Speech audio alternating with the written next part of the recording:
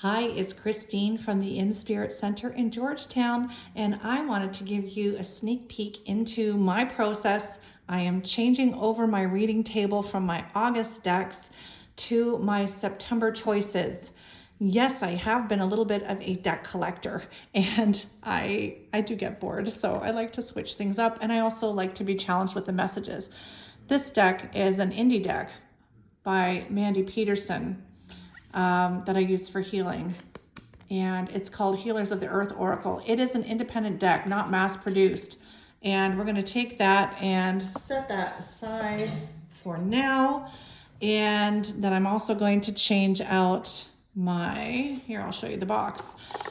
The next one, I always have an OG Rider-Waite-Smith or Smith-Waite version of the deck on my reading table. So I always have that one, but I have different colorations, and this one's a borderless edition. And this is available at In Spirit. We do have these ones as well, so you can kind of see it's got no borders. It's a little bit more of this antique kind of version. And I'm choosing decks that I can mix and match. Ooh, the Tower, spicy. And I'm going to put that one away. And now I'm going to replace that with a different Rider-Waite-Smith deck, which I'll show you. But I also usually have at least two tarot decks and one that might be really artistically different. So this one has been my new favorite, brand new release, Magical Hours Tarot. And it's very feminine, very dreamscapey. And this one has been really working out. I've been getting a lot of intuitive hits off of this, as well as just honoring the typical tarot meanings.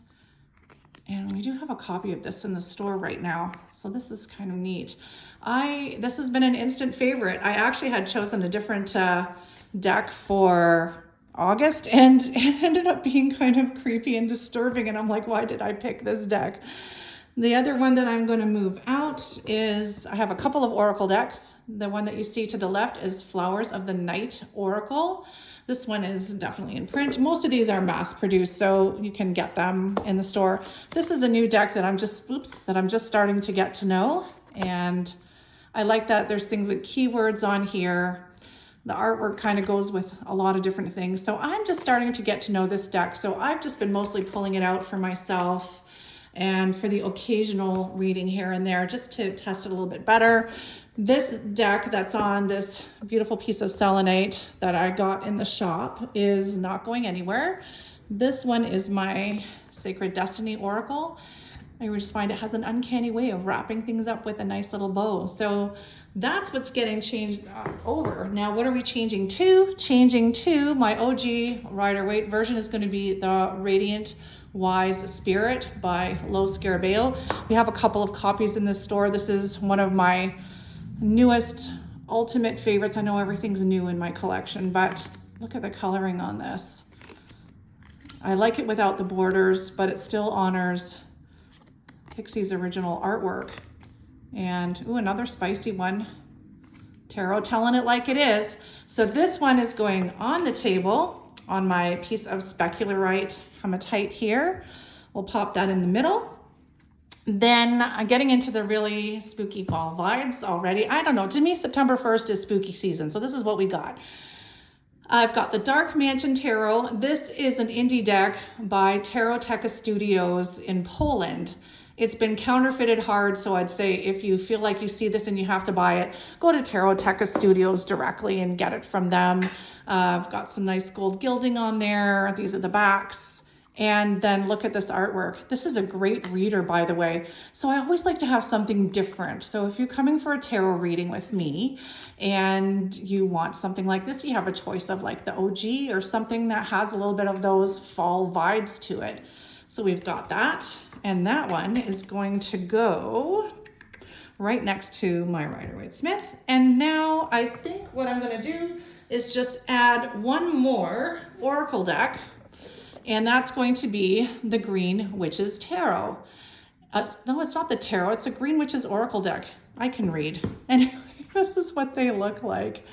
The only criticism I have about the guidebook is that it doesn't have these in alphabetical order or table of contents.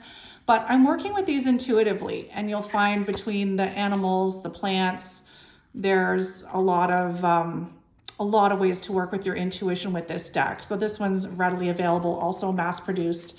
Most of the ones that I have, the only one that I have here that's not mass produced is the Dark Mansion Tarot.